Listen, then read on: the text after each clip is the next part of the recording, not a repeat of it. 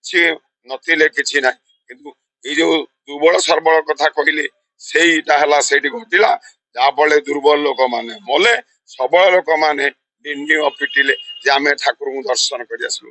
ଦେଖ ମୋର ଯୋଉ 87 ବର୍ଷର ଲୋକ ମୁଁ କହୁଛି ଯା ଯେତେ ଦିନ ପର୍ଯ୍ୟନ୍ତ ଥିବ ଦିନେ ନା ଦିନେ ମହିମଣ୍ଡଳରେ କେହି ଆସିବେ ଶ୍ରୀକୃଷ୍ଣ ଅବତାର ଯୋଉ 10 ଅବତାର ହେଇଛନ୍ତି ସେ ଅବତାର ମାନେ ଦୁଃଖ ପାଉଛନ୍ତି ସେମିତି କଳି ଯୁଗରେ ଏଇ ଯୋଉ ଠେଙ୍ଗା ବାହିନୀ ହେଇଛି ଏଇଟା ହଉଛି କଳିଙ୍କ ଅବତାର।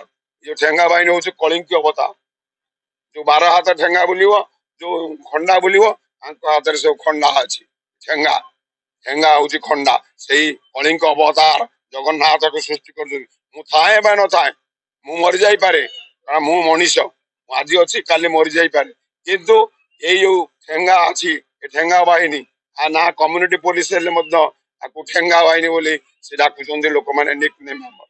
ସେଥିପାଇଁ ଏମାନେ ଦୁର୍ବଳ ଉପରେ ଯୋଉଠି ଅତ୍ୟାଚାର ହବ ସେଇ ଗାଁ ଗ୍ରାସ ରୁଟ ସେମାନେ ଏମାନେ ଅତ୍ୟାଚାରକୁ ଇଏ କରିବେ। ଏଠି ଦେଖନ୍ତୁ ଏମାନେ ଆଦିବାସୀ ରେଜିମେଣ୍ଟ କରିଛନ୍ତି 2 ଜଣ ଝିଅ ଗୋଟେ ମାନେ ଆଦିବାସୀରୁ ସେମାନେ ଯୋଉ ଅତ୍ୟାଚାର ହଉଛନ୍ତି ତା ବିରୁଦ୍ଧରେ ଏମାନେ ଲଢେଇ କରୁଛନ୍ତି। ଏମାନେ କହୁଛନ୍ତି ବିଭିନ୍ନ ଆଡୁ ଆସିଛନ୍ତି ସେମାନେ ଦୁର୍ବଳ ଉପରେ ତାଙ୍କ ଗାଁରେ ହଉଛି ପ୍ରଥମ ତାଙ୍କ ଗାଁରୁ ଏକ